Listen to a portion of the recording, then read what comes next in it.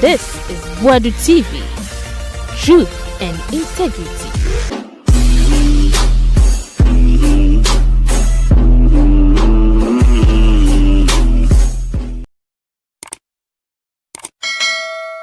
Romance bia go the hardest way. Say so gunu hankoff for gunu hankoff. Nipa baako for efie mako 37. We are MPP ni, we are full soldier. What rent kura utimi ntua. What is social media did me Yaa Titi ataba. So Adu TV so nie mayama mu nyina akwa aba emfambra so. Say ena your first time na one subscribe here na wa subscribe. Na wa like video no ja comment so atom. Na fe wo ya na wa share da mai na enhye crime. Na Hopeson Adorye akasa se wa wate kakra no. Hopeson asafa ya o on the obasi dia na ejankwa na etoto se tete na wasane Yaa Titi dia bani ye rade. Ni nyina kwakọ gina Adu Boahen sese de dia trend wo social media na bia Adu Boahen atoni gino de beto dwase abrantie no nokure ni we puga na buso tese fonfram one ne yire enti omo behwe no matwana so sika omo keka se wo de atoja pade chai ekeka do so signal bureau sika ekọ ho se omode be ye adwuma ene app a wodi sika ne yese okoto ene se diversion a free on mine foto mu ekọ ne personal account oka as $7 million and wasem ene ye ke na me se enye no kwa afoforo bi so ekeka ho ajapade bi a waye dan be se 37 a wato won kan de wa London a wo muguso air track keka ne nyina bom obeka se miss feelings yo me da se Niedi kan Adu Boahen oye me yonko. Me wo national security na meta kono ho ne ko dinkomo. In fact, airport ye pe ye accredit ye communication system. Ono na ejam ko hu na omo eni ade. Me kai bra MPP for say omo yi ma free party mu a. Na me he was the only person or shared a frame in the transit. And then make Kasaya Juju Makuma. Any other. He's a fantastic guy. Now, unfortunately, yes, you know, Anya Baye. Sad way, Obo defense. And yes, sir. Kasi sen kamena mijina mu body defense man pa encouradim and so the body saying we share the facts of a year of the age the ababeto abontia o ka bia so on the fortunately abasa area hosem but sesa never no but China so dia kase ne pass ye opportunity a bibia ye bia ma ye nye pesa ngumina.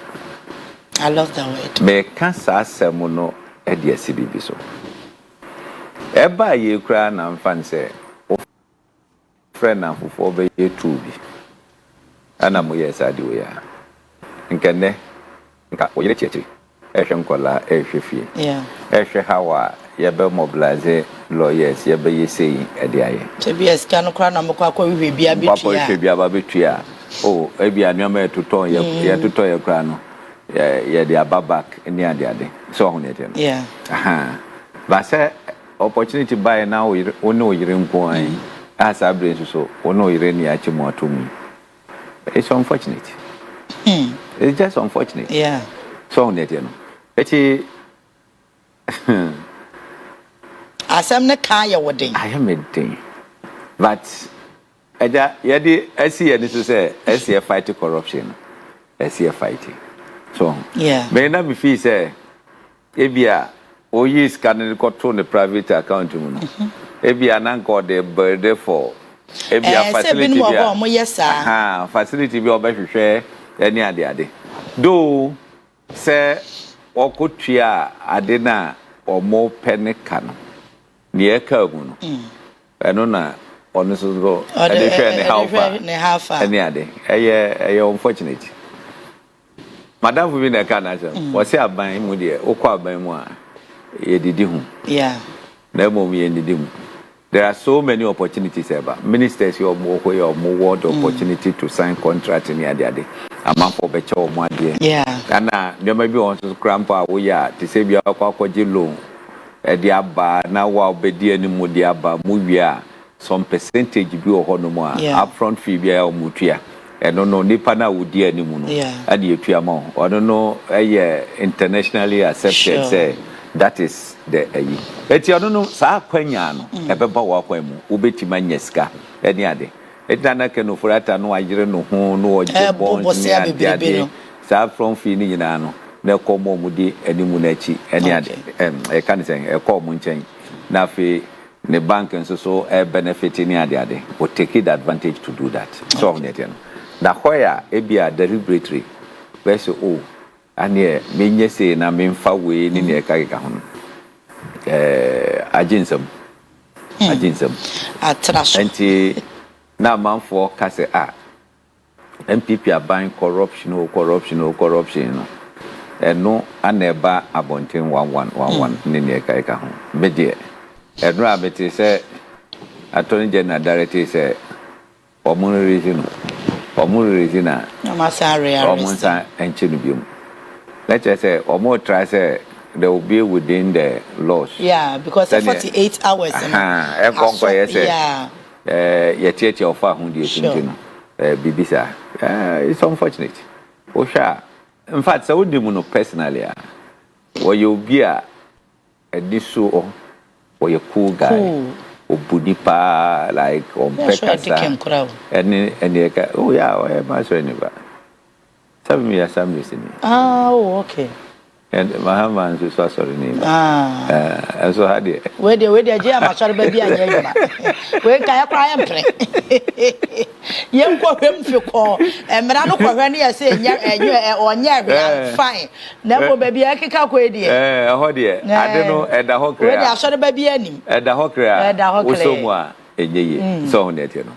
Now, me perceive ba minority for for Japan biogene a press conference near Omoya and I'm say Ahmed Jerry Ahmed and a press conference on that. We are member of parliament, first time MP for that matter. Yeah, for social what no crowd them fan 20 what we are parliament parliament duties back on say what mobile fight corruption in the city. Anything normal day and brand in the guy. Look, I am saying it here, despite say Adu Boahen here, Madam for a fighting corruption. And says I am to say, me no deal of your romance here, they kiss here, and yes, I say no. What is it? The more near Tessa, we are going to action bear the cost. It's not to my satisfaction. No. Ready yet to your satisfaction. No. Look, let us go the brute way. What you say? And no never more beat your office at the embassy and say, hey, the idea of way a bedroom is the one here, baby. And we fight you, the Ben of Bitmaba. Nonsense. How can we fight corruption like that? You pay attention, you're fighting corruption. Say, Obi a Bank of Ghana government, you know. Yet to me investigate, you know. Yet to me search, you know. Yet to me good handcuff. What do you mean? No, Obi on Namo Quanchen, who say, Obi you see on Marco, you back or Janice or Coco, yet to the good handcuff. Ye papa that you so. Ye do go Jina Kota, any bosome. They did not concern 1 by 10 years. Now, Obia. What do you say? No jacket, you are saying, can say president. That's one the person change president. Boom, boom, boom. Oka president pay a bohum you know. Sir, Oka bohum you know, sir. The same president to pay. Ayaka bohum you. What are you talking about? Would you catch your when you allowance? What are you talking about? Now, what share the activities? Sir, Bank of Ghana, Etimi Boka. Bank of Ghana, etimi koko print car without approval, parliamentary approval, they dey guy down. Now what you hold say there. I mean, it doesn't make sense to me. MPs no more yes or no. They should be very careful.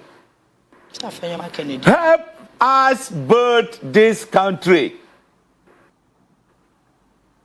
They about build this country. Yeah, nyama getting say ya. Obi afawe, ni ajai, ni ete ho. Ebe den no mind no be kwa danim. Hwe, there should be a period be. The shortest possible period be. Say sa period we mu de. Ese say corruption. Yentumi nto ase kra na.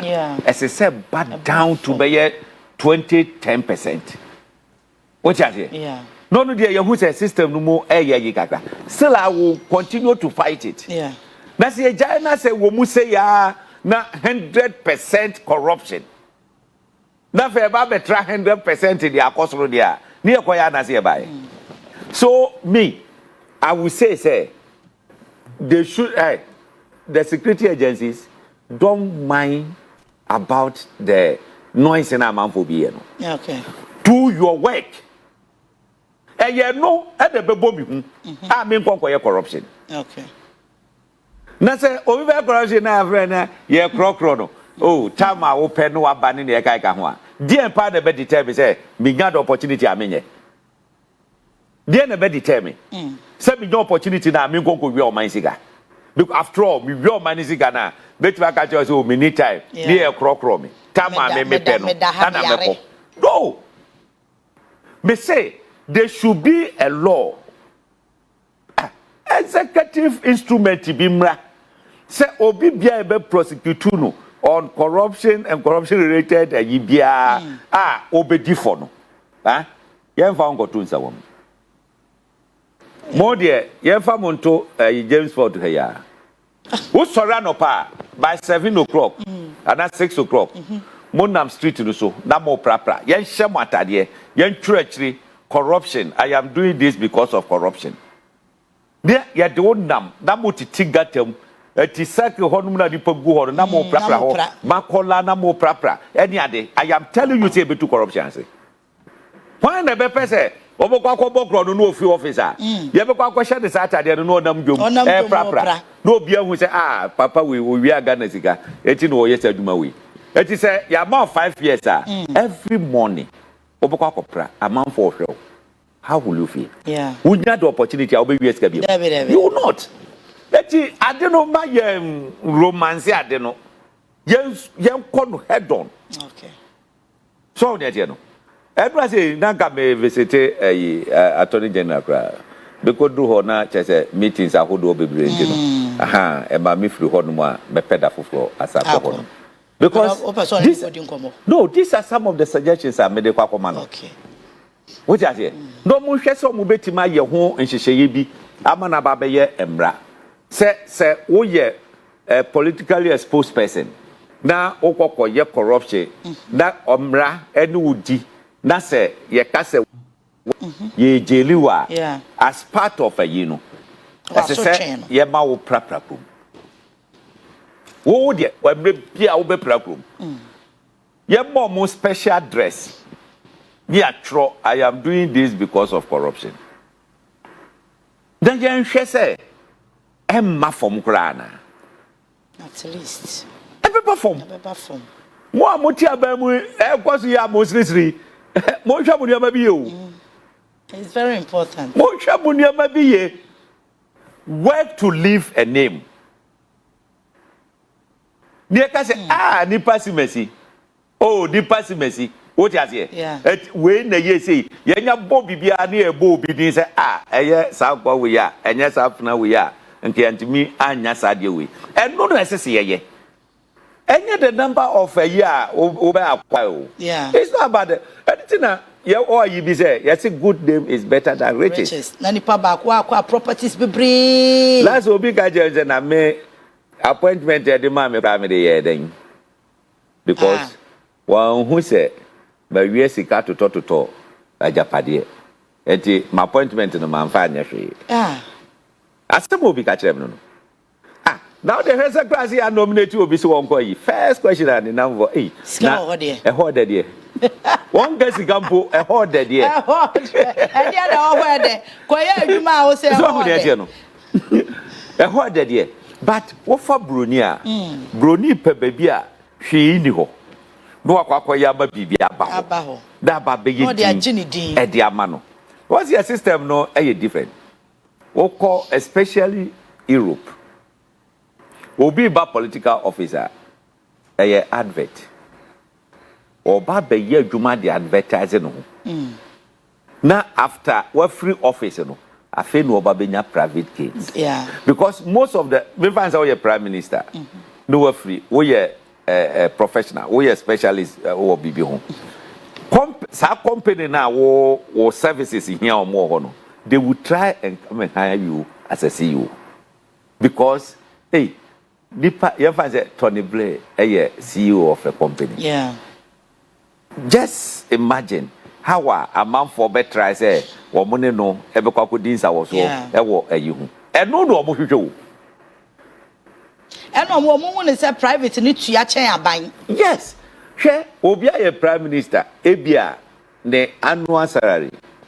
Emphasis Abia 100,000, 120,000 euros annual salary. Yeah. Okoko ye private a year. That's what you see you are. After our office in Okwa, one beti mama ne be a 2 million, 2.5 million annual. And you know, private honomono. A honomono butia. Yeah. Well, yeah, Juma say, won't you me and the dam who has a wound to you and the wound yintino. A holiday dia your service. Yeah. What would you show Butimusa? Say ye kwa by Maka bois a jadin. Near the Akopé Juma or private. Near the Akopé Juma or private. Near Nyaya home. But over Africa, a opposite. Opposite. What you say? Yeah. Who are private now? Who Yesica? Yaska. A tuba by Munau de Abignon. Yeah. So who now who legit adding? Yes, in your yam, I don't know. You say, oh, Potamana fear. Aha, what you saw the book, Anna. Anna make us say, you will lay down principles to be war. A mum. No, we are day, a pepper. Yeah. We are day. We'll be about the G project, $100 million. We said the partner the Amano, or my Mecho Bibi. Oh, Mecho Bibi. I just you bet my Mecho $2 million. $2 million is Kaketwa. So, I don't know corruption. It's not. But 100 million, no, can say, okay, and yeah, maybe Kahunanya 200 million.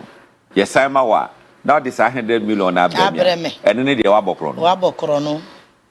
What when you know? Eti, I didn't know Buni, Pepe, Nipa be brain epe, and I made the amount. Yeah. Automatically, you show appreciation. Sure. It is appreciation now, you show amount. And only what you man home for so now where they Bunya. And then you walk out. It is a discount on what that vetty. Any idea? Are unfortunate? Are unfortunate? And I make her say, me a principal person. Me can't Adu Boahen yourself no. I am me yasa maker. But many choice. Once I met here,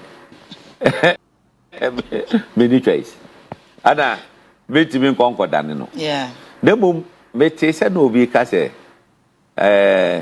onye expert in security and ye dey na kwakoto ho because of politics. That is not true.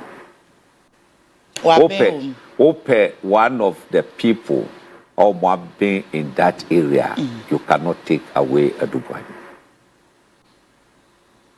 Obi na ko pa ne chausa de no ba economy. Oko chese oko kofedaye no or yes go settle UK kra no aye na de because private yi bia wonya no ye no mutua no o mutua ne huge pa and o mu so ye good nti no no penny services but Ghana ni penny bi in fact me money panidin ana one no ko kasa ya se no omraba no ma meboa eto obaye no ye no deputy director general and Onamu chess or Director General. And in terms of that further there, yes, or yeah, and Yanocre, or you be a Unimu pa any other. Now let's move on to Adwoa Safo MPPs and some. Niedikan. Ye mubi kasam. MPP for say ya ye bitter. Enti me kasa. Ye kan ye koswa emwa woman. Yeah. Komsu ya ye bitter. Omunya or the other be a brother no munimwa. Oh, bitterness okay you. Oh, you are bitter. You are bitter. Almost social media for so don't share the home betra mo na me o ka se me bitter nya me yaba kokra me dey say wo hu se me bitter you know why won se nyanko pa obo no wiase obo bibia wie na obo Adam for the if can pase montra ha bibia ya mo dia sa me apo we dey mamu fa mo sanka apo no according to ni akinkan ene ni ati nyina omoti apo ba ko pe yeah omanti mi no just one anom dia ade am se mamu fa mo nzanga no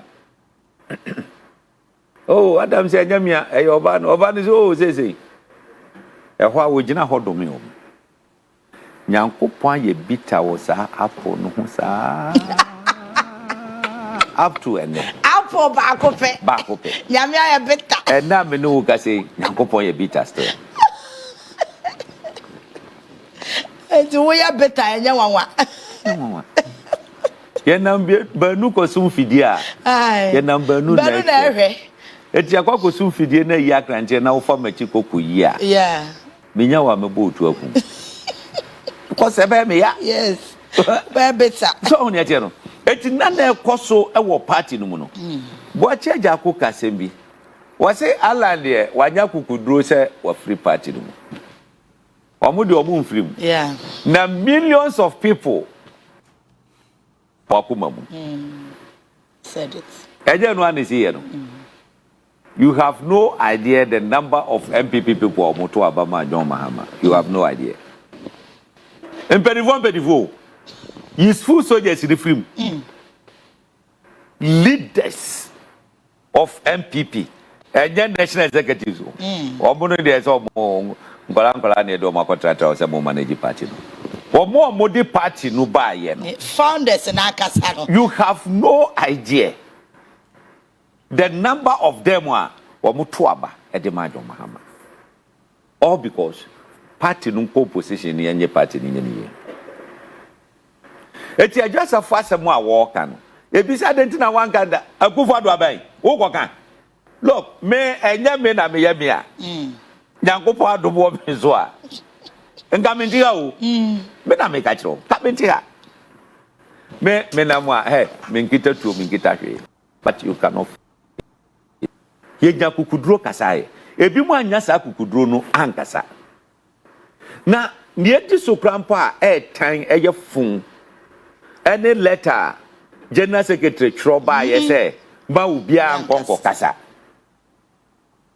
eje TV so anka kasa o ye stupid but TV so ntiminga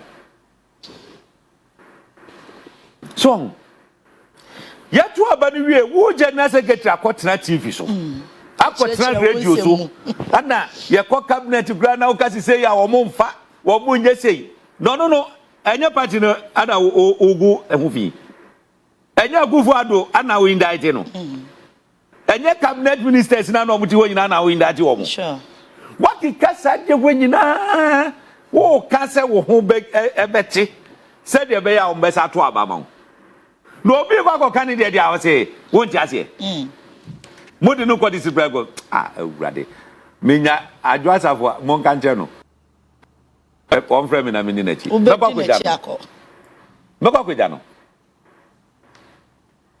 kamekwa kweja no committee no ekono na mintie nsem mo mbebisa no na me ma me saso na nko mo frame na nko mo ntie nsem ameka kire won what kind of nonsense mo the party yakọ opposition the humiliating defeat been seen in the history of Ghana from Kwame Nkrumah penso mo to abasa besi ne regime ben and who say wo mo ahwe poto like this na obema nkrofo kwa mo akọ mo bo so asem na for omudi akuma paso mu ama mo kwati ma burden no what was about can provide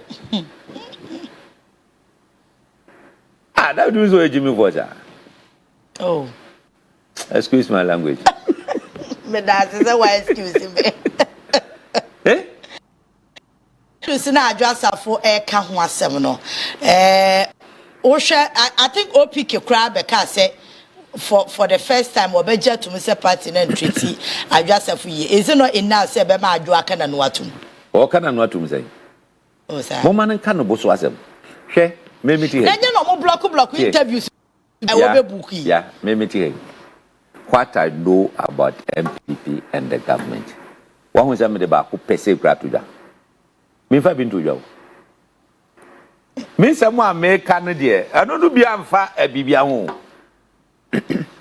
me ka say bibia nsem bia ni a ho but makacha mo say ochinanti benye sa nsem ana America nyina no eye public issues a ye nyina ye ka ho asem ofa bi ti say japade ade ka ho asem the public issues amafo discuss ya CTV aya in fact CTV kra na twe madwene si nneema bi so me check ya na say no ade we say taking wake up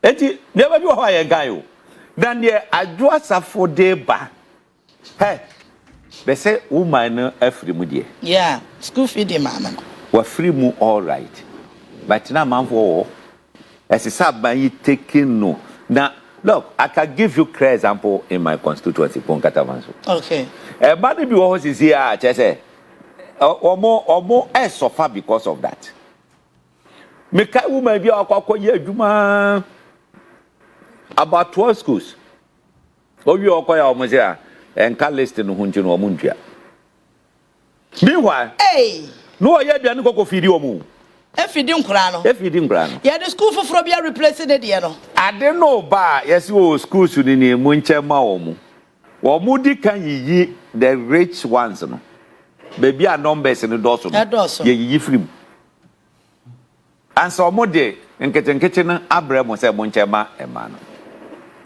obi timi ye aduane ne kakra bia ankwala 200 na bia wa ye aduane be 50 no de akɔ school mo no ebia once in a week bosomi so a obeje sesika nyina be say they should investigate school feeding from 2017 to 2024 report ebe out no wan kasa mbo hu ebi musika ehyimu edru baby no mo tua 1 week wo mo a no mo akwakotua yi ni akafra bonsa fe omo de new ones bi aba be bom na je se dada ni nyina no ashe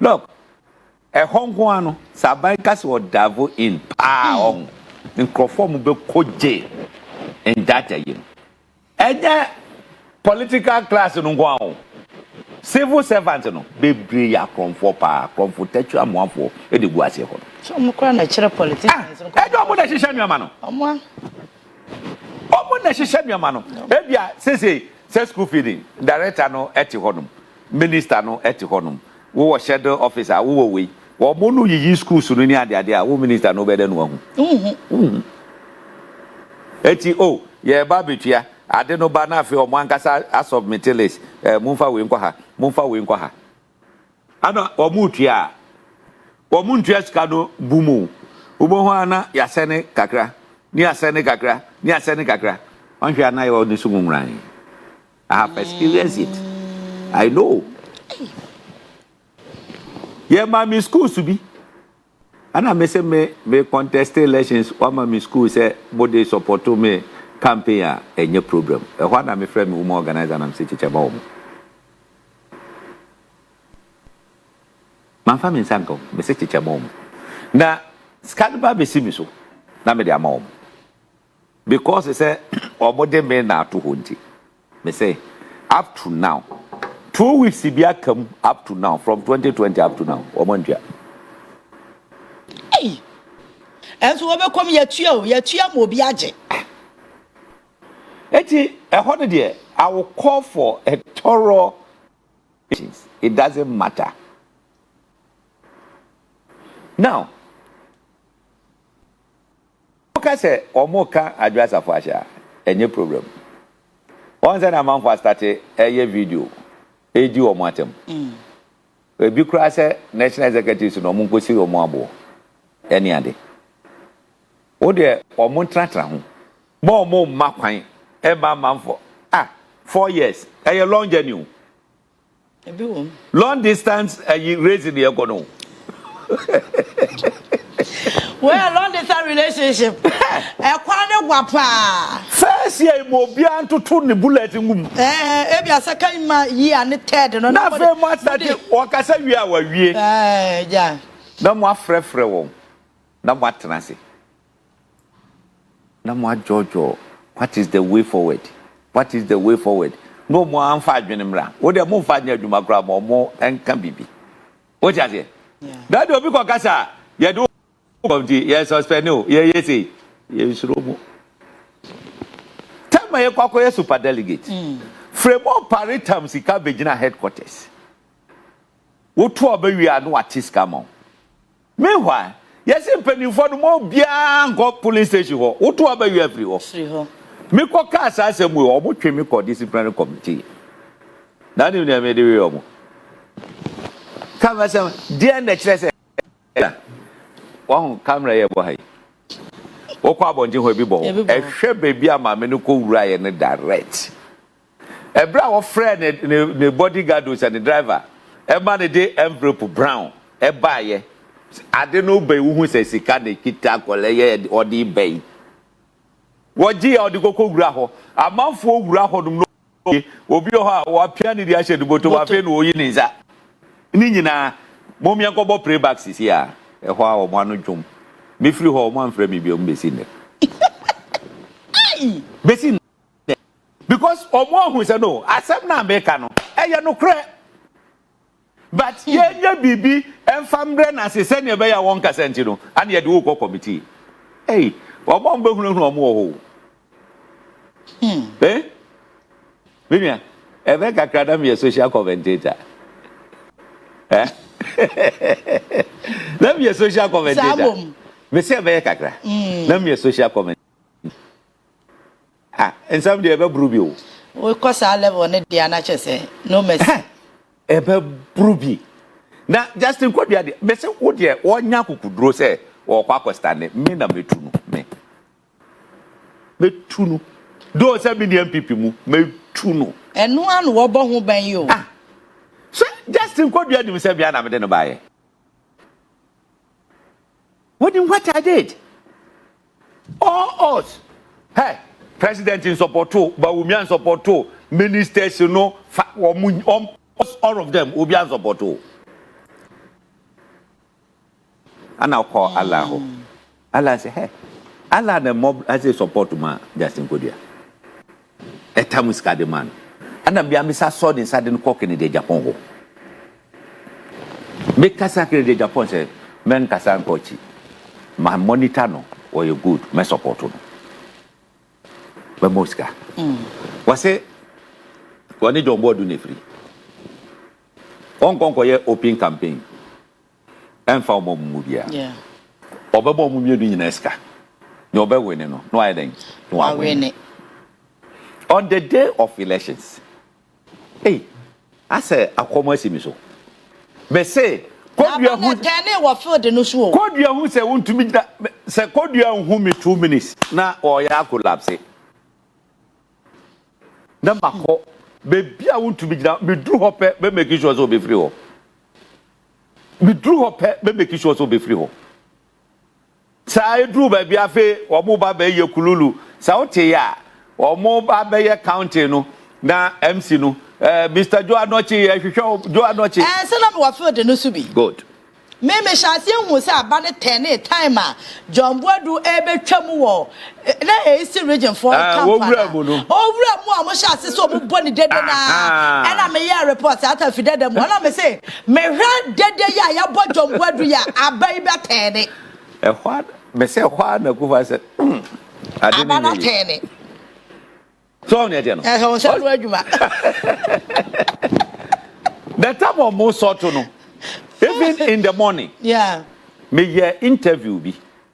Emma Director General CID. That time na onya enye director. I said na ordinary intelligence or so. Me go one oba you honum. What share me no friend me what you say. Matewa yini na my friend Kandapa. We are going to sort it out. Ye yini na free national grid so near the generator. No light off. And I'm saying, oh, mommy, that assurance. I say yes. But she said, light to Duma, Yabeshi Stadium, no. And he gave me that assurance. Okay. Eh? Yeah. And what am I starting to a grant interview? Catch up so at you no. Or go to Bank of Ghana, Messiah. Ya Fabano. Me call ye. That be the president is sorry call ye. Till later on or by on the quiet. Moto nkano ho obia nkano ho no betina se eti me kwosoro ho no makwosere mpanifo no gagra me duru ho no wote ho sha ohu bia do o muna na nim no oyi na di to njen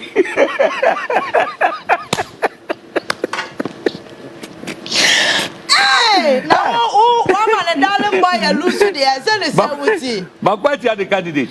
I say we see JFK study abetu no. JFK. Me say onim what I did for him to win. The same process. Remember na lose poto. Market here. That be catch say MPP be lose poto no. Now visa me kan no kwa. MPP. Sabi makachire omo. Obi wado osia wo ye hwan. Let's go this way up to 2028 to go. Matro ejina to 28%. Eno no mbenya. Na mika so mbenya 39% no. Man kano just like that oh. Na binim. Adan abano omoye first one na 41 point something. Other 9 constituencies be kan ho omoye ni nyina anko 38.3. 38.3. Eti di asem no mo ka no. Edi asem. Eti me de America nyina ne se MPP fo. Mo ma mo fra no kwai no mra me nchen no mo na sro ahine ni o mo dia. Adwoa Safo kwai no won ka na asem ya okay. On ka na asem. Mo ma party fo kwai no mo nka mo asem. No mo na party ni ya o mo dia. Wo mo ana party no e ya o mo dia. They say national executives all of them will go down. But general secretary there, me say what ya attempt. Yeah, what does that mean? Me say me pesika, me move, and radio talk. Me kwa every region, radio talk. No, obi asan wa fa ne pyram fu e. Hey.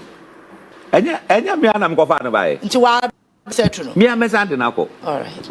Me nim say sa se ne na me hunu no. Sa na ye da opposite kra. Na ye opposite. Crack. General Secretary won't me manage party. Yet to a baby ya molu support oyi. What was on that so suspending growth for other regions? Yeah. Western region was side almost suspending for. Sensible General Secretary Ben Bes I don't know.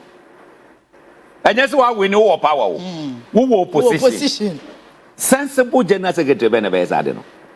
So Bemakwan, you are in charge of the day-to-day administration of the party. It is a constituency because you suspend you. You should call them out and say, no, you cannot do that this time. Number one for reconciliation. Now, you President Mahama in the team. Maybe you say, on one casa, the near bra wash the economy. Any other prosecution near the other, minimum for home handle led by Attorney General. Bamon koye romance bia go the hardest way.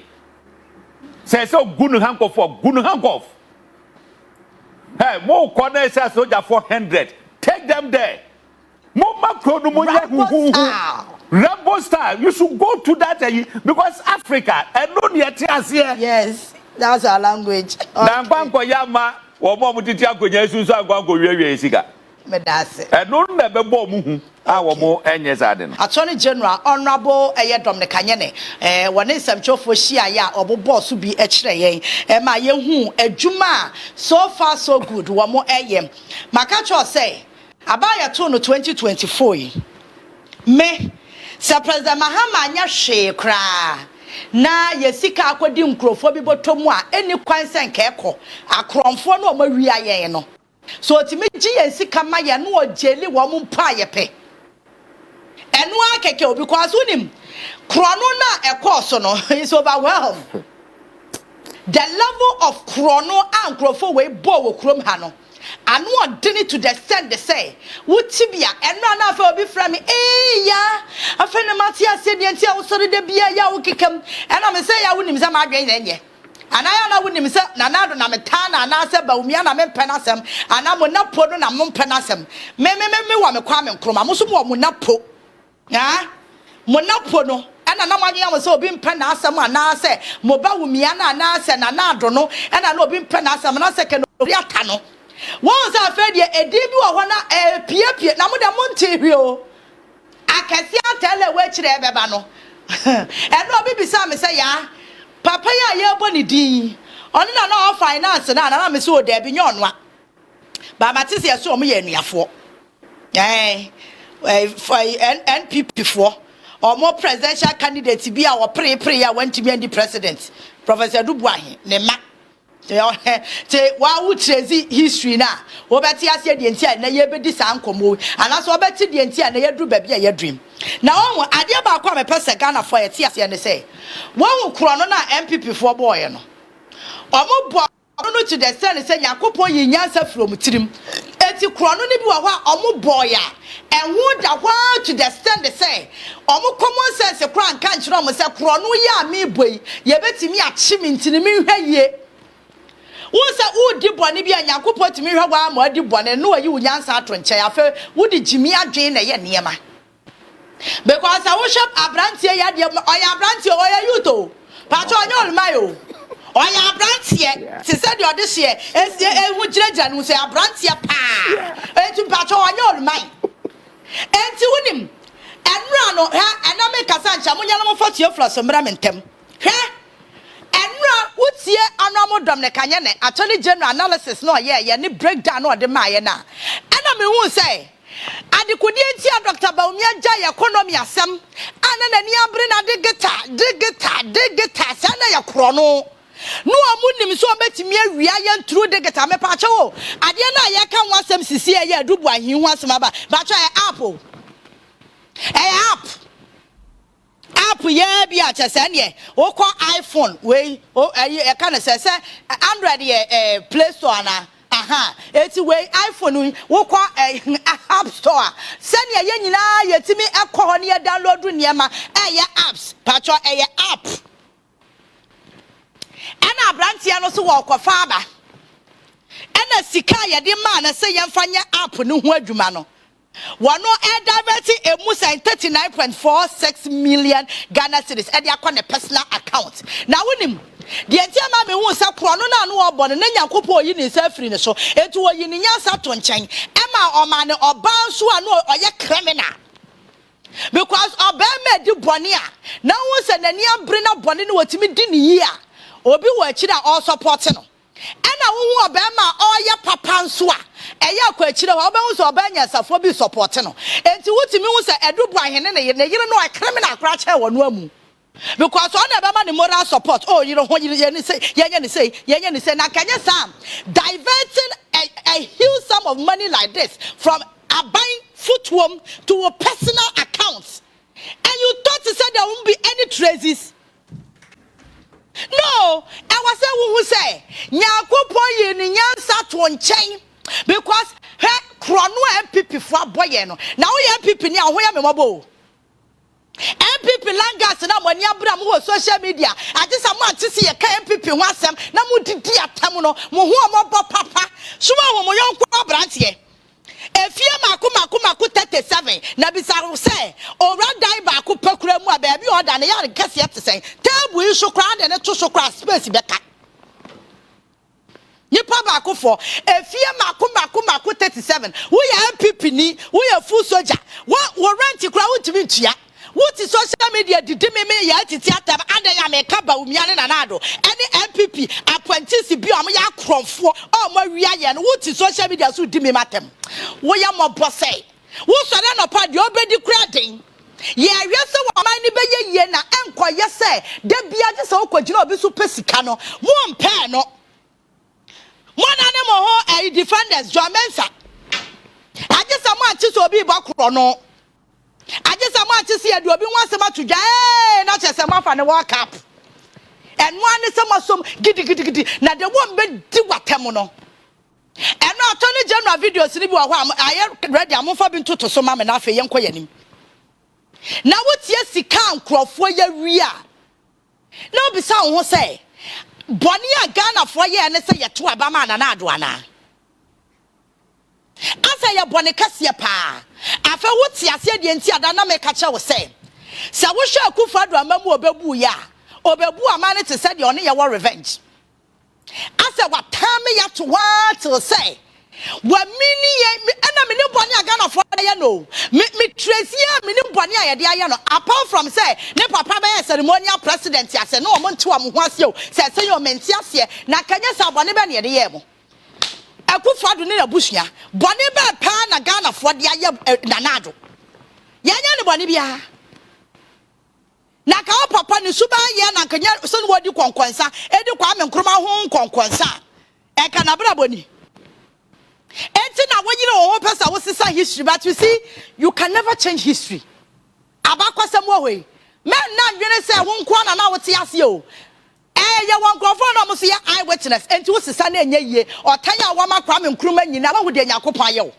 na me se na no dan kwa Akufo Adwoa se na wo ti fie na wo te nsem a ekoso ewo wa mamu a wo bebu ye mu a how do you feel enti wo da now me I don't blame him because obi a wutime tena se ma wan kasa wo ba empena ye timi ma no contract oba mpena a won sa kra nya Ghana ni alatani ni ama no contract na wo ya MPP ni wo di akire jon wo a common cleaning service kra ya ma bi ma anye wo ti akire na wo defending na Adwoa ni ba wo mia ni po ani kan ofori atane gabi ni asante bedi atuo mu wo nwe wo ho you see the level of impunity chasa wushe ejuma pa nkofo we be ye wo krom ha you could see some bone de omodi bi papa enti na meka cha president Mahama say wo de wo pen ha ho chichu amomai ni ye sika say wo ni the reason why ya Ghana for ye yiri ye ho to sa aba na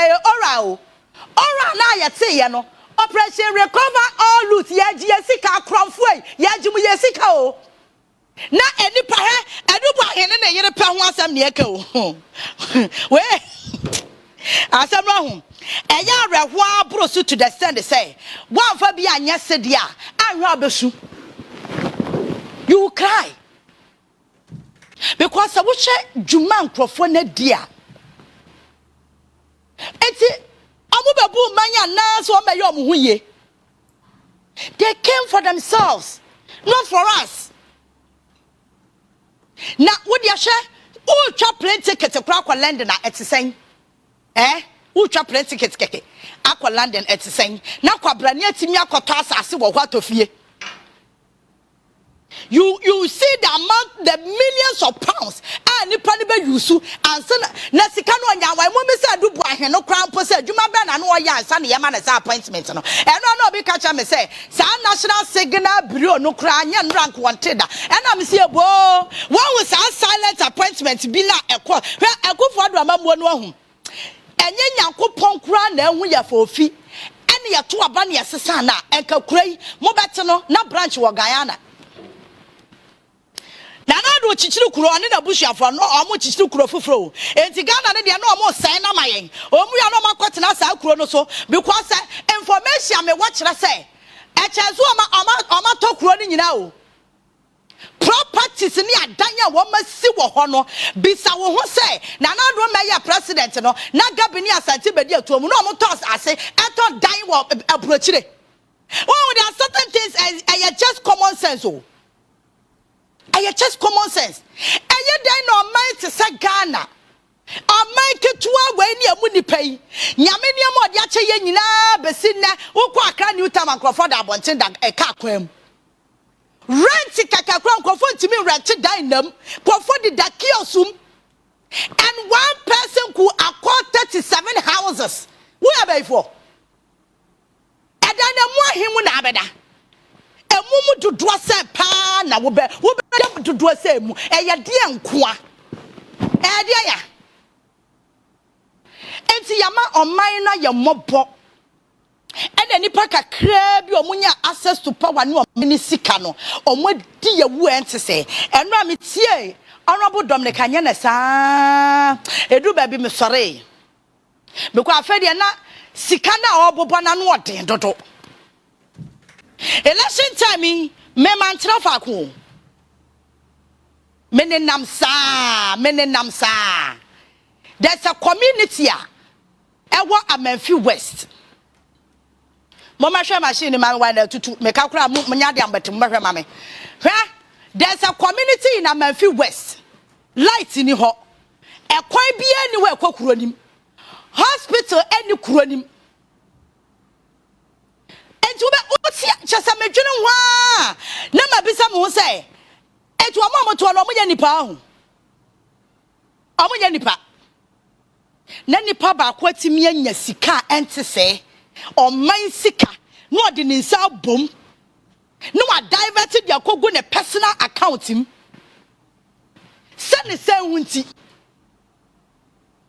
anyway nana do dan kwa Akufo-Addo as a president and time couldn't even supervise, he couldn't monitor because ono so na ni abra de ekoso no ono so ye bi and na point is na so ono so ye bi nti no che say ma ye nyina ye nimom sana kwaso o ye nyina ye nyira ho ne ye disika nimom because na do ni na busuafo no e bi ze wo mo nyina obi awia bi eti appoint bi so hya kona bi mu a wono so na ni abra no so wia bi enti obi ani wa na owo ne yonko ho adaje hey na kanya sa eye dan ena yetime suma Adwoa Safo so wonkonkoye audit okoye audit ni wie yes yempe ma yankwa ahoma no so na Theophilus yane menua be ma Theophilus enkodi enkomo meka cho se ene enkomo no edoso enti ye be yire ye ho na ya ye ne entientiam na che se eno ho asem eno no Theophilus ewe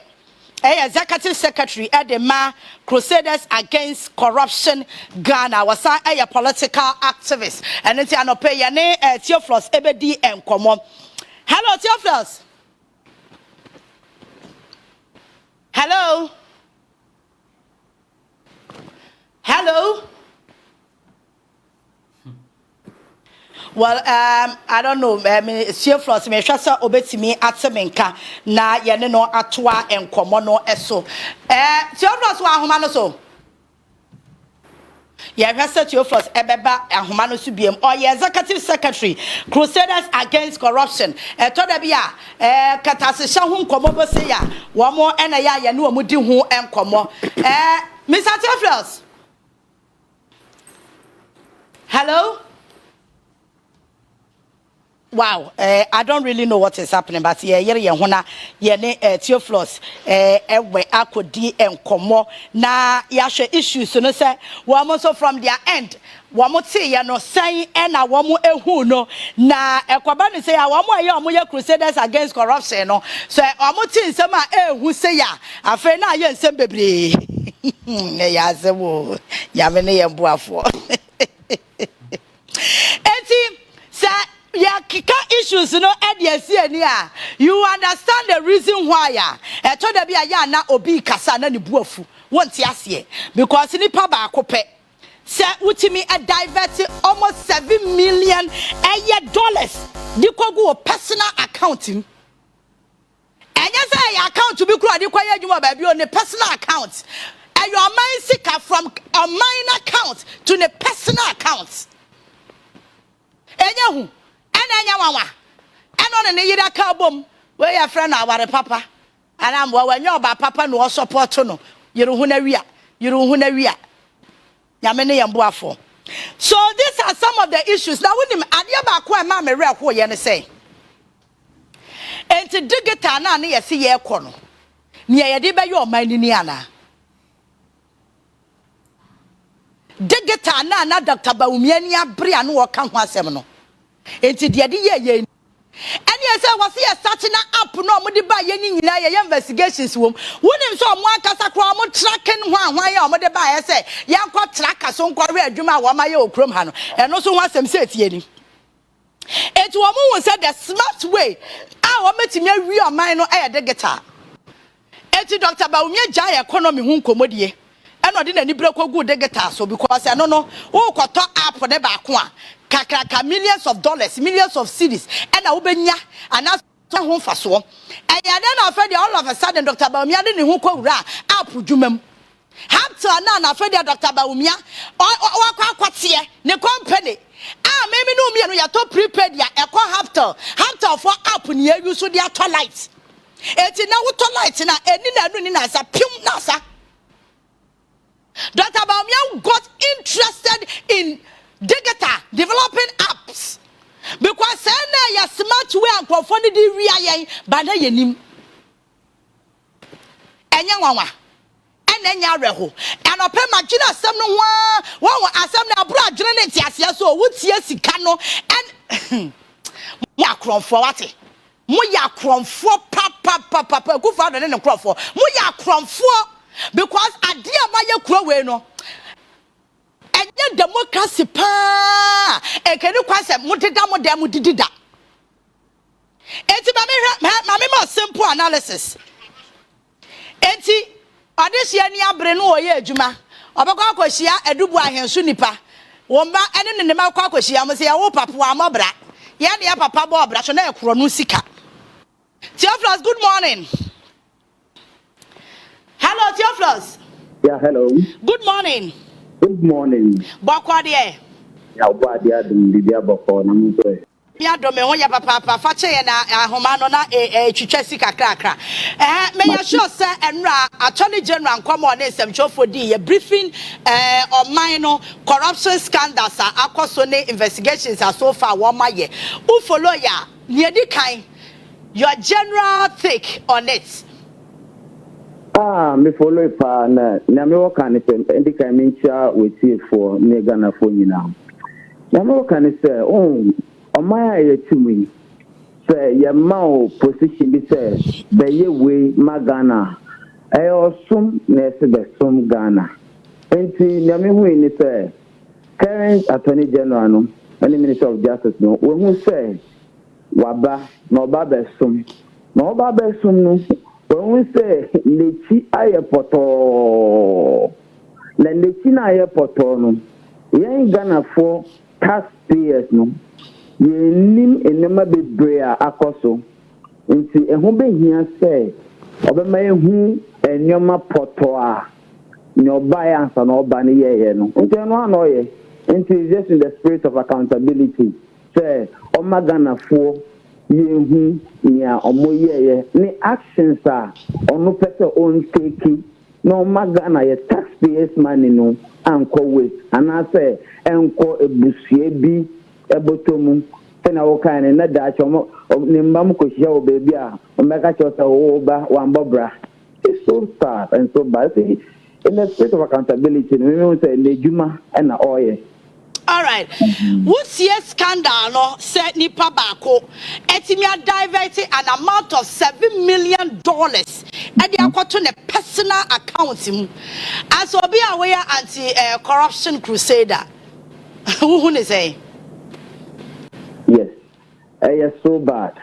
Now, from the very word go, I'm so impressed about the president because one thing he said, so or can in your manner to me say, we gather evidence, and one thing I'm happy about him is that on person Obama pressure now, a man for the tone will follow that pressure to take the issue to court.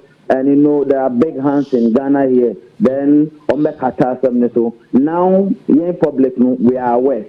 We are aware that this is the money on embezzle. So yen tinoma on the country bium say that be and be here. Now we are aware. $7 million. School there school in the we don't have quality drinking water. Local hospitals beds are not there. This are money, taxpayers' money. A bit near sign money na. You see that. So now we know the level of embezzlement. So we are keenly waiting. And to me, the pressure so Attorney General so that go to court to do this thing. And I like one thing Okan in his concluding remarks said they are open. It should come. So I was okay. The say you account for it and you show evidence. Okay, $7 million no media way. Then you can properly account for it. We can recover most of the money. If you didn't use it, let's scan or also 25 years maximum jail. So just be transparent. Money. Let Ghanaians know that okay, we'll spend away your consultation your way, but this is the amount left. Hand it over to the Attorney General, or when you successfully declare the money is there, hand it over. Then, I mean, we can we can talk about the case. But if you think you can defend yourself, then Attorney General has gathered evidence, or the court, you come, you defend yourself. If you fail, we all know the punishment. So it's a good work and a good step in the right direction, because taxpayers' money there, we can't let some group of people and with this canon. Look at people dying every day because of improper, inadequate medical care. People are dying every day. Then section of leaders will amass wealth for themselves, things that are supposed to be used to be the benefit of all Ghanaians. That section of people, it's uncalled for. So accountability is important. And Osan Kache, the current administration said, if you are in power and you think you will follow those people who did that, he will come for you. So the current administration too has sent a warning to them, and it's a good step in the right direction. So let's also, this is my buying to make you also account for any form of embezzlement. Usha, Nana Etosi, former President Akufo-Addo, na mamuamu, because I will show scandals in Bina Bana, ultimately say, internal auditors in Iwana. What were they doing for all this while?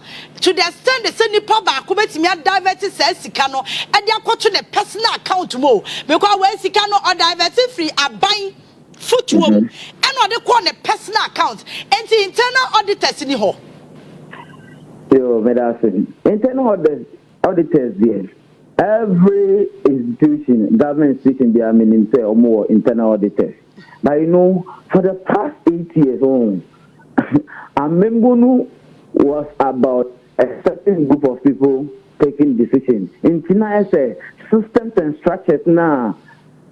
You can define it towards as a government institution. You are supposed to follow those systems and structures. And they were no more working.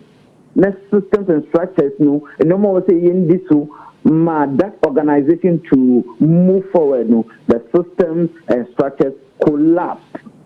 It collapsed arbitrarily. Internal auditor or auditing so ever for him. So I believe that we internal auditing, but then the powers that be the past 8 years they sat over it. Then I will promo SML, KPM before for the two and so reporting away. So there are so many scandals. Look at this national service scandal. See, can they tell us no names these names were in those working there? So I love one thing I'll say they are singing and they are singing in line. So if those people, and I want us to extend our investigation to those internal auditors. We don't go into the institution. Those people that were there, let's hear from them. Okay, if they had internal auditors, did you do your job as an internal auditor? If you did your job, what were your findings? Oh, so they should let us know, say, they did their work, but certain powers in a separate move, then we know that was where it came from. But if we don't investigate and know, say, then we are not doing ourselves any good. Oh, so the investigation should go deep and go deep into the organization to know that which aspect of systems now this one were tempered with. If we know that this area was tempered with, this area was tempered with, then we know how to call people to order. People in this country know we have to call them to order. And yes, our taxpayers' money, so much money. Then a family would transfer money from state account to individual account.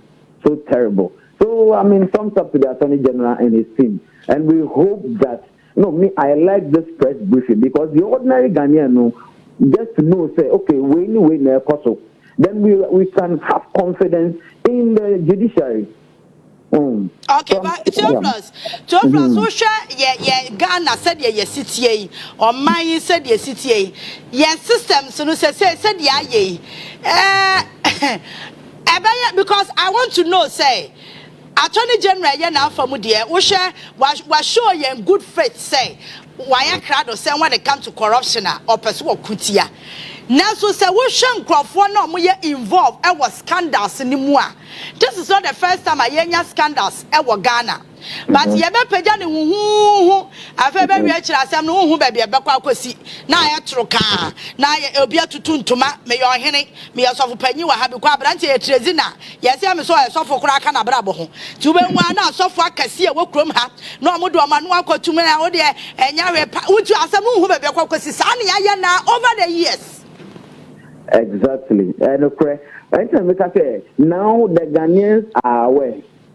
Through the independent independent anti-corruption agencies, it's time we will all come together as one unified force. We are back together as one unified force, so that who, as a leader or as Attorney General, you have told us this thing. Now, will not see the way forward because in himself, the power is behind people that really can be a woman. Then as you can suffer for Bekatasu and away and yeshi. But this is taxpayers' money. Me, I'm of the view, say, if you know that Adena where you have embezzled funds and you don't want us to take you to jail, simple, bring the money. Come and account for the ones that you have used, properly account for it with evidence that you spent it on this, will sell on this, so that the ordinary Ghanaian will know that, okay, when we have the money, we can use the money for development. Then we can caution you not to do that again. So the anti-corruption agencies of Ghana, we have to come together. And the interesting thing is that there's nobody to strengthen their hands. Anti-corruption agencies, no.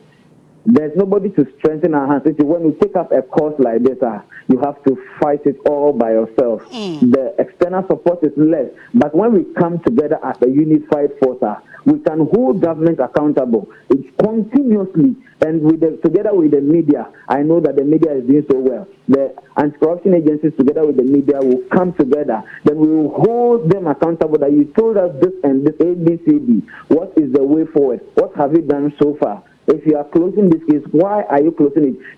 In the same way they are telling us the wrath of the former government, that same way, so they should be able to tell us the actions they have done or the steps they have taken to mitigate that. Yeah. Okay. Theophilus, may I show us a conversation? Your friend Asha Sientino. Yes, you better more. Now, maybe thank you very much for your time this morning. Theophilus, and I know Kodi and Comonum, why Executive Secretary at the Emma Crusaders Against Corruption. Was I a political activist and as a political scientist into their air cost enom. Maybe your phone is right, but won't try Richard Kumado and Mamina Fay.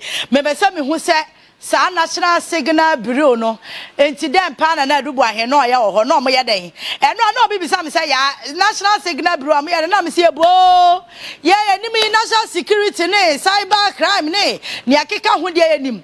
Now, silent appointments, Yanana. Me bra panye manase kura no wakabi na me se bra e to da bia we issues na say wo ya we the same by no one kasa kra kase national signal bureau no kra na ko tre say obi kra wo ho na bibi sa kra ekoso na omoye dem potin na etimi ma ode sa sika no wow I think say going forward no I was here sister near maybe e wo mo say national security and I say bia when you go to presidency ni security finance no yeah or the thing fa meto abonten but enu na ama hu kwanya ma nkofo so area ye more no because onim say ho de ye odete enti nipa baako wo se wo koto app e de abesesa kramo so de ba be den na watimi se sika echasa wo hwa sika ne dodo no ono nipa baako pe no se sika na wafa no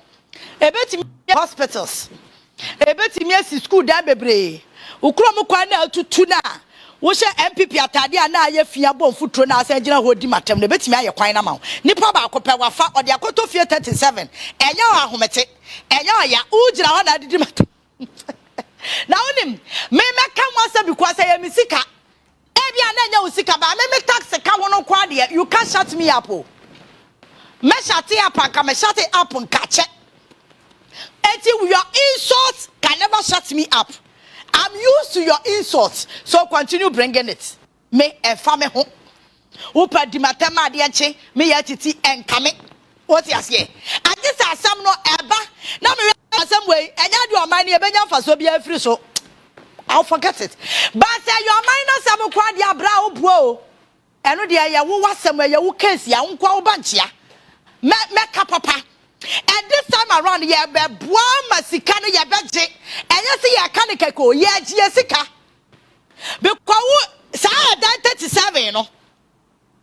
And on this year, Baku crossing no way, Sukwa who, and I see a tokro estate proper one.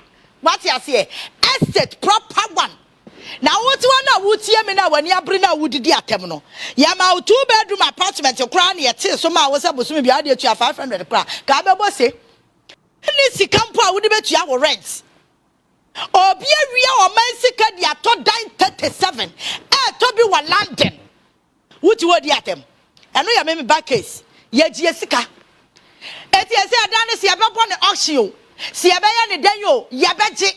Yebes easy because ni papa akope unye businessman o akwana ye kan wansam no onye businessman o na Ibrahim Ahama kwane na ya ah Ibrahim Ahama no onye business tycoon the whole Africa onye businessman ye kan businessman akese be se 5 ye timi Ibrahim Ahama afrim no onu kwane fie ya he na wo bia ya ma mere political appointments wo timi nya efie 37 Richard Kumado, Ewa Homano, and so Brapa, good morning. Morning, yeah.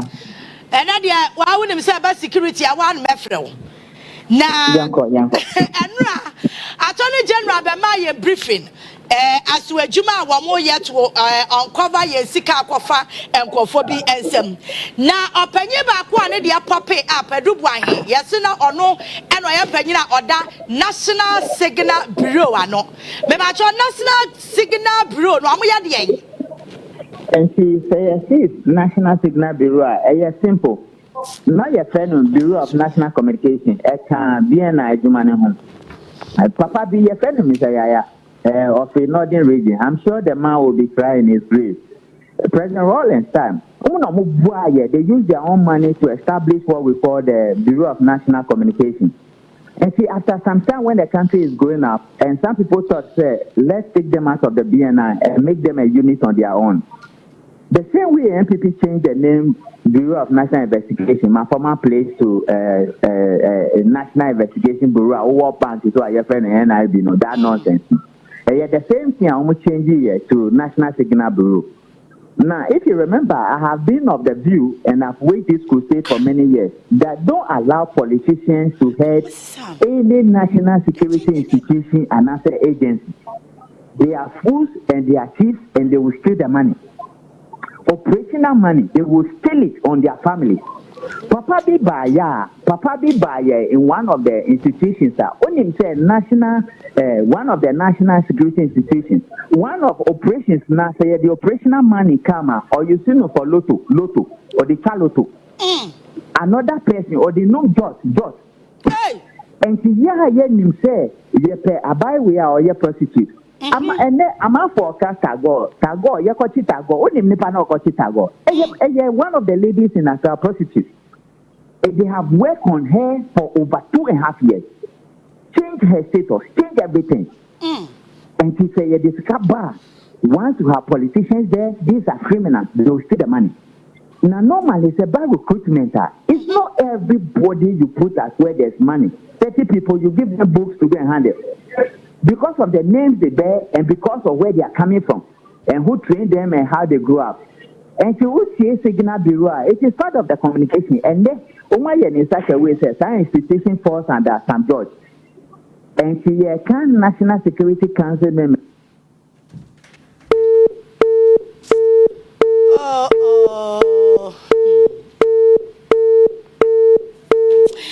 Yeah, Shana, ya connected.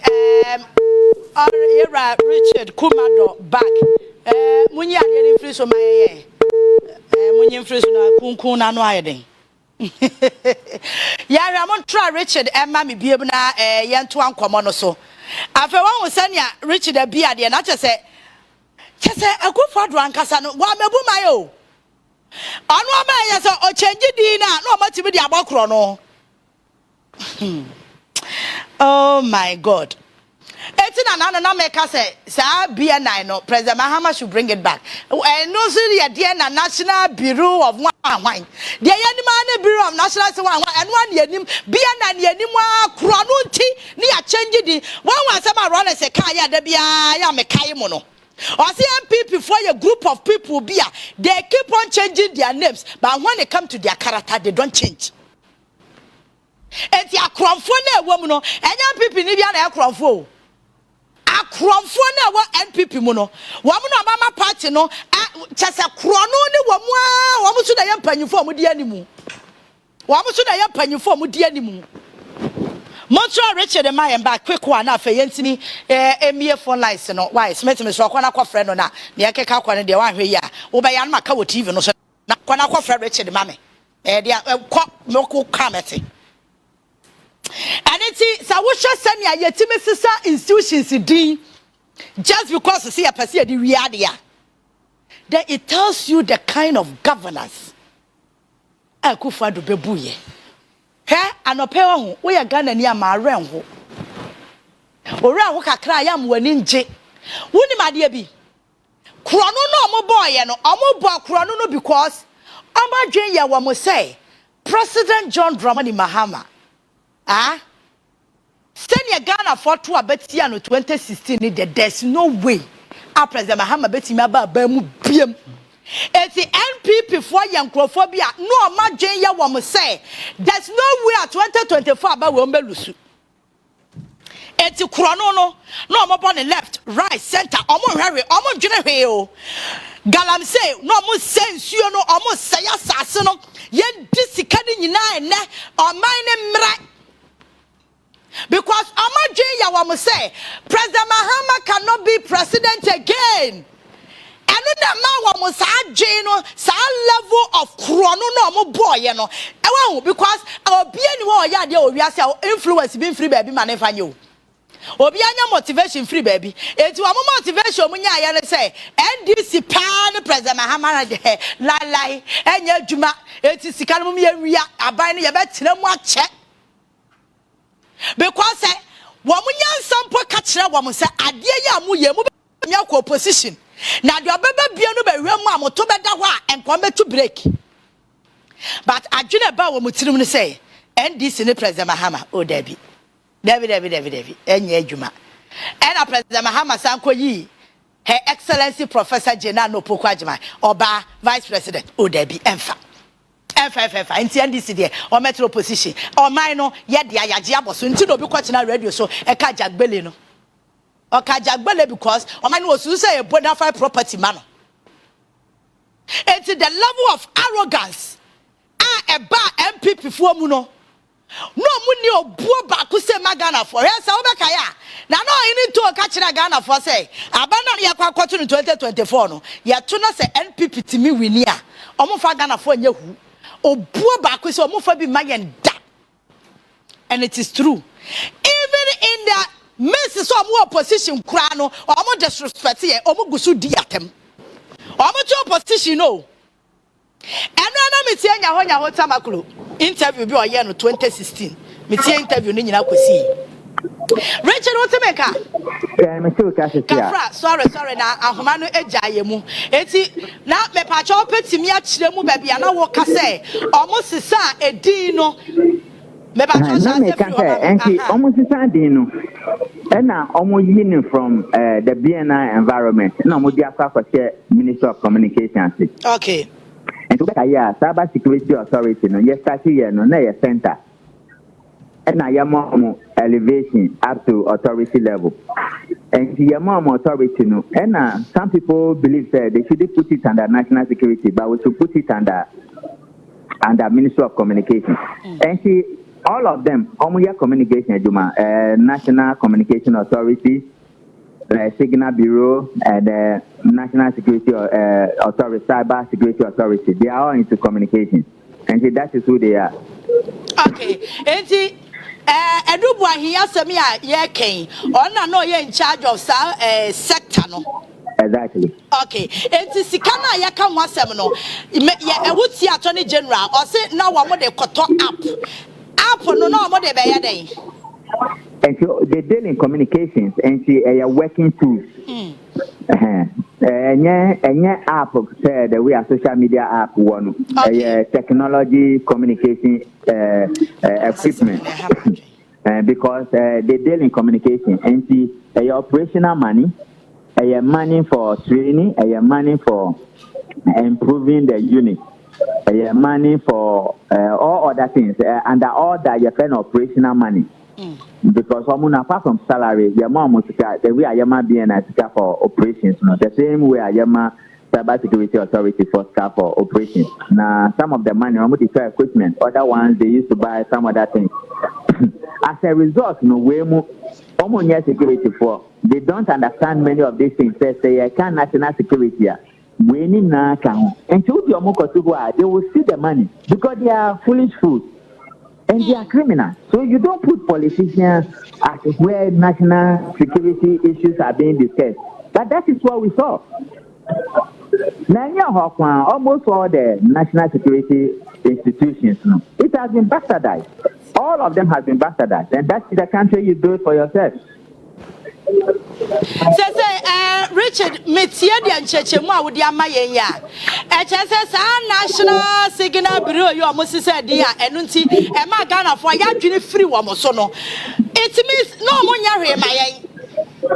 No, but it's just like the Cyber Security Authority, Kana anyhow, and I established here. It's just like the Financial Intelligence Center. I'm up for the brain, say, institution be a financial intelligence center. And I establish here because as you are developing, you establish institutions to help manage your national security assets. First, now Yoko SFO, and almost Yoko with much more power. That is what you do. And see institutions like Financial Intelligence Center, Yoko, Bureau of National Communication, and Signal Bureau. Then many of those ones, you don't put politicians there. Okay. You put security people and you put professionals there. One here in Sana, Obanya problem. Because these guys are thieves and they should not be coming closer to where you are. So going forward, some sectors and also crown the enemy say Yanta or the T almost going forward and then I was here. You can't audit them. Can you go to the military and say you audit them? They'll kill you. They'll cut off your hair. You are going to audit a soldier. All over the world, that's the way it's done. Yeah. So prosecute them. Take them to court and prosecute them. It's as simple as that. Okay. All right. Richard Medasiano Pay. Richard Kumado, a security analyst, and I and Nicodi and community. One will say a National Signal Bureau. Na nipa na odi akwo na akwoto no onim security ho hwe en was wo akwoto apa be cyber crime eti nipa onim security ho hwe no ono onim fa so a was ade na okwe no so tisika na obewia mo fa phone line no to TV no so na Ghana phone kasa bi na fe yentimi enko yanim ene maka cho say ade bi wo ho no na say ye ya follow conversation no ye do ba bi afa wo beti ase emma bi na say me kasa na so eya na won ti ase de nti a na ada MPP for adoma your dance so am to opposition Ekofo we awudi omadi na me ka cho say me tie nya ho nya ho tamakulu asem bi ni interview obey on 2016 me tie interview ni nyina enu akosi ye asem ba ko pe na me fa firim o se won say ye bo corruption din na obi odi mirika be sha say corruption obi kwa hwem no say nipa no ye obi amanyosem ho enkomo dog anapa good morning yeah bini abamejo so pacho boko de yeah, ho ye papa no pay me that say busy schedule na wa che me with time no e kakra wadaroma say political terrain ya ye wo mu ye nim say politics yi eno an form government na e hwe oman no entoto ye eso enra ye monitor attorney general briefing na oye ye efa scandals ahodo bi a wo mo uncover die di kan senia ye yam politics e wo Ghana ha ene amamuo no ebeboa ye ni well many I may some watch bio na match busafo adimre etie ye won mo hwe ye nyina so ye mo bidi ache ye wie ni sa no na ma adwene mu di ye ko ye nim na ka se ye se free kwan bi ye fa so ye ne ma ho so se ebe chepa na ye ne di sansa no aba ya na obi say aden na efie nwotwe twa mu omuye the same thing na ne nipa ne ba na so miti analogy that say omampani meal time and na nka esi nya akwanya na nka esi di jaisa we say no and ya amfa sa opportunity no because under that sumdwe nyine na ya ntimi anya sa opportunity na amfa science so ni akare de beche pa because obisa justification ni nyina ba yese sa na we mu so mu ba ye no mu si we ayese ni ade enti yenso ya ba ni ye bia ne kwan so ano no enti chade ye beche but I'm just praying say one day because ni ye tete nyina no wo legal backing ya say oforia can finance minister former say so ko jina o assembly ansa sika bia fa na sensa se ana se governor of Bank of Ghana and the wasem ana yeni ya nra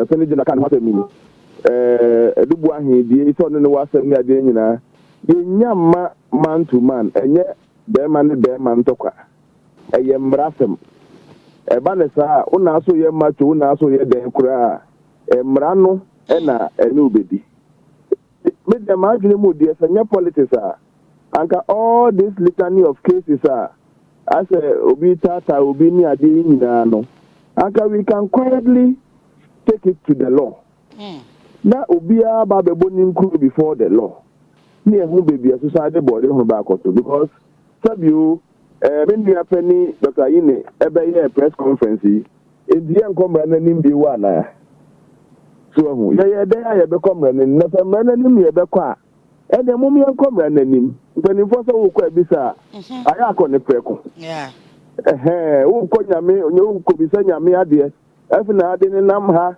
ode nam so ode nam aboso so ne eso ye dey ai mo ni me fi nyame ho na ba nti ne ko nyame ho preko so hu but I mean media as a political coach no I can understand.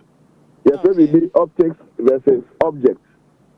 Optics ne young whip up the sentiment of the people. Aha, ye ma man for ni hu say ye adwuma. Se ka se ye be ye eno an ye. Ana se ye ma na before crowd dey an ye nyama na nyefe. Ye dika bu anipa ne for kra wo public and sakra no wakomra nanim. Meanwhile, for somebody to be declared guilty, it is the Lord.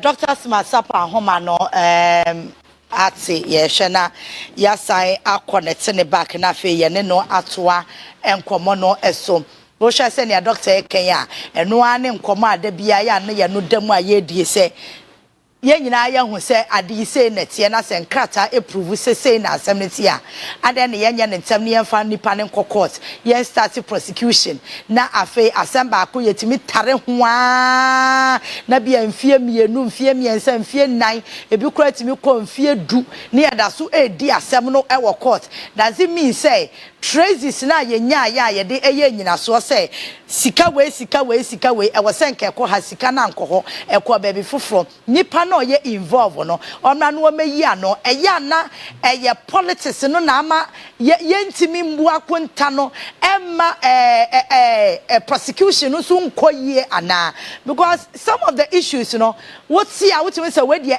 clear sika eyo man sika de wo divert ko wo account wo sesen ana sika yesi yemfa nkoto mobile phone kra na afa nipa da sani si de be pese me de koto nkonwa because say bia konwa no ne bo ofo a na chese sika na kwa akodi ba bi foforo afa ye rehwa a ne de amanyosem awram dog. Hello Dr. Safo. Hello. So now me say dog shedan temenka ewa homa no so mo hwe dog line no maye na fe yentimi ento aso ne ewia yetimi abestart yen panel discussions no anope enti amanyosem na ye wo Ghana ha no enwa ne di bu mai enti politics no ene ye nete enti se bibia ya hwe ne political angle no so na se ya hwe kwa de befa so na de bia ya no damu ne ye kasa ne ye kikamu ne ye dede na so court one na was say court no hwe no wagi ensika mayen ana say court na was so hwe na se nipa no so bebu an fo so be ne den yo ya say court no dey just proving beyond all reasonable doubts near the brofo kase aba be hye ho enti proving beyond reasonable doubt o say hwan no I just ye prove ya enso ya kase ye ni tua se sika ye akoi akwahye ne hu wawia. And so, Emrano send ye city and a brofwa, ya batabata hunti no, or before Mexica, etimi chan and nipani etimi prosecuting him ye. Now, man, yourself so the need the namfa. And ye need the hopper near boy yem, ye need a hop. Near boy yem, and see there be on mine ye risika bebre. Now so obia was ye timid chena so one ne quine so naka ye saka ye sika back no. Yen timid ye. Enti de bia niam kiti bia nka no kwasa ye nkomo eno na ye nkomo wo radio ni TV so ba ye ni sa nkomo no so o ma ni pra enti ama issues no akwakoye bibia wo ho enti wo yo se ne doctors masapon eken ya some of the issues enka hu ya kra se nka ye beka se ye hu dede ye beti ana kadipa no ogina court prosecution asase Judge are starting wo hwe ne niema mu lawyers nso hwe wo mu niema mu wo mu nkata mu am ye hu se sika na fa ha ana se nipa no ye involve no se ni sika na ye ejapade mpo a wa akwa no se ejapade na adwuma ban no wa ye a wo betimi ato se ejapade no ni nyina ye hwemu a wo se ye because Adu Boahen na ni abri a wato efie makoma 37 abrabo a wabɔ no etisen o betimi akwa se ejapade no. Dr. Support me ka.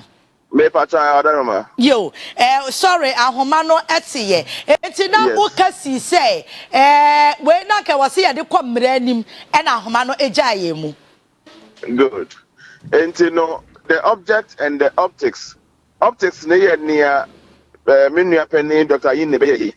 Invasi jina Dr. Yin presentation ne so nko ade a ene menu aba ya wa crowd ko betimi abu asemi obetimi de wa ba na abu akunya no so sisi e ma ama judgment sisi a but emrana ma ho kwan se wo ka obi ho asema nipa no so se obeyi ne ho ano sa de no ye nya ne wo bedwam sa and then the object comes in meaning say otuna lawyers for Adu Boahen so mra me press conference so nkan mu dia then it means we are taking the entire jurisprudence into the public court and so there back we court edu court and na fe na asem na ni ba be why because sabe niam be nso twetwe aso kakra in fact enti entwetwe aso se nia Dr. Yin kan na ye no credit entwetwe aso say Israel company wo ho na se etua sika masa Israel company na agise sack of afoforo na Israel company mo ni account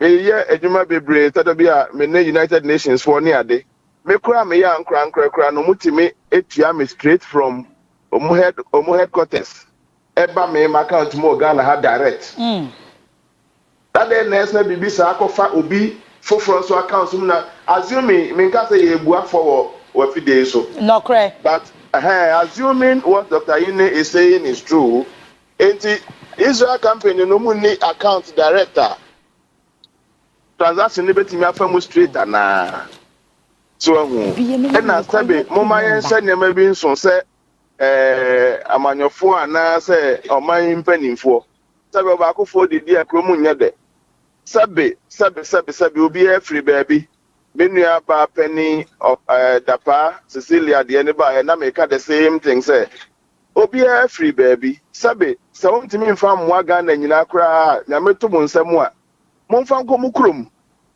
oh na say you are master of the wealth 27 or so buildings say na we don't see us and mama say no my ejuma dey say enya ejuma o ni I didn't say those discussions can be done but baby Dr. Yene ebia or the law side sabio what fi ase wo bedwamu press conference should Adu Boahen so emra press conference so meche ni de mu ana why na bebu asa public court no nsem no enti se beko judge PM anim dia ene emom yen fa nkoko na yenya se medical ka asem nyina wa abonten se sie ya aba ne se yi se ko ba se court na judge e wa adwenkyere foforo wa asem ne ho a judge de na yen fa na se ne Dr. Ine e be kan na yen fa so hu nti ho na asem ne nyina fa pem ne mra side no but in terms of the substance of the matter say ye fa no Dr. Ine de ne dia and then now my you were assembled because me first of all there is no way I may know or buy Yaa Titi benya transaction now just a message chiafa baby and sanafa baby fa baby sana sabi nsami ya kan kura no as communication moves from one point to the other the substance of the matter changes baby as a nasika ne be free ana ope ebedu ona dan sreko na ukochire musan nti ya amumyenye direct transaction ye to ade na feel say enkrofo no deserve the money let's transfer it to them say say be fa be but this is not to say Dr. Ine kan nyina ye nokre let them take it to court ye hwese ne anu yie ni so ebeye na mastre say see e be court dia I amumyen court straight ni nya say ade be chi bia na say opening way ekoto ahye ne so ni fie opening way I say opening way na say and going forward, we must go on that tangent. Dog, where do you watch our system? The issues in the Honoma, what follow Kakra. We share scandals upon scandals, ya witness wa Ghana. Sika, your body, na a one crop for who. Wow, really, Panoso, na bra about to Mrs. Sika. Say, or my Sika, na say, be a politics, no, Muna, yes, business, Finchema, and one, yes, Sikano. So near the assembly back quarter, I ain't to me who are some Lennisono. Yana, dear, the Manabasa. Oh, there's a thin line, like it where be that. Emrano, any senior issue in it, and to Obako to Bone say, I said, I don't mind me, no be see her. And a bako here. And I don't mind bako no ye, wasem, senior other wasem the buyer.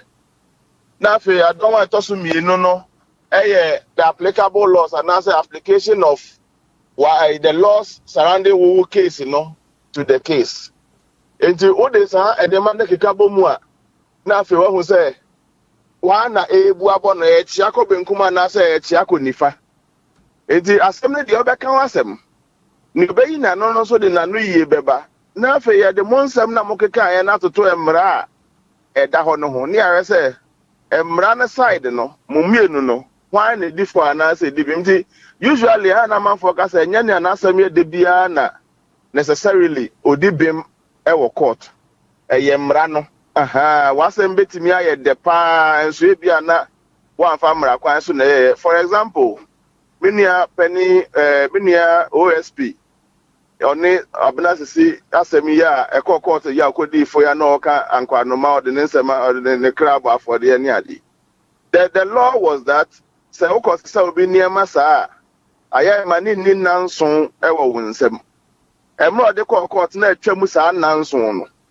kyɛ sɛ ane woyɛ ade pa ɔkɔ nkatahye sɛ deɛ ba wɔammu mmara wɔamfa mmara kwan so and sometimes there's a thin line between what is legal and then a good case. So sometimes a bad case be betimi appear legal. Sometimes a good case be betimi appear non-legal. But ni nyina so best record no.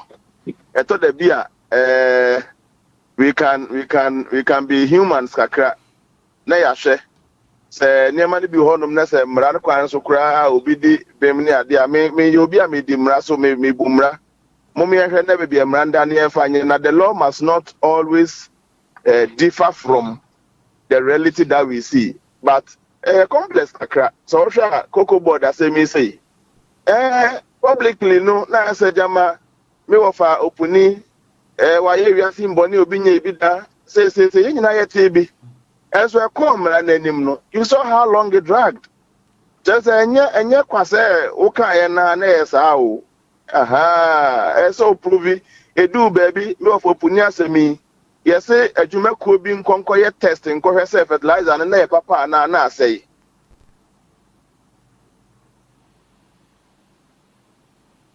hello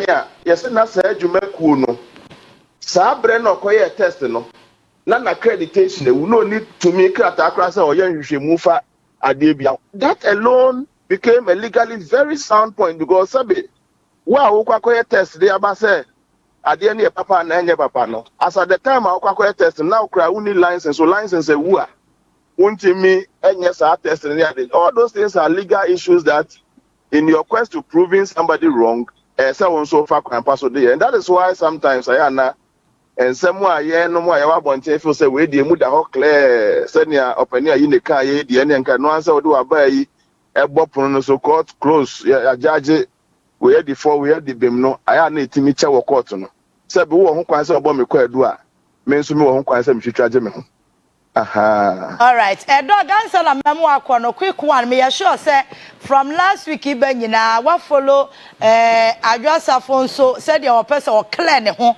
na tag bi a party no the man no wa Ghana fo any man ni lusu ni city kura wo ho no e person wa clear ne ho na we nsem a all bro so any corruption scandal e wo school feeding na all bie so a wadaroma in a political space you know Eyade betimi aha party no because we learn say Friday no party ni leadership hu say baby ade ne keka kona ni ye nyanti wo mo kwa block no ma other interviews so kro ma na anko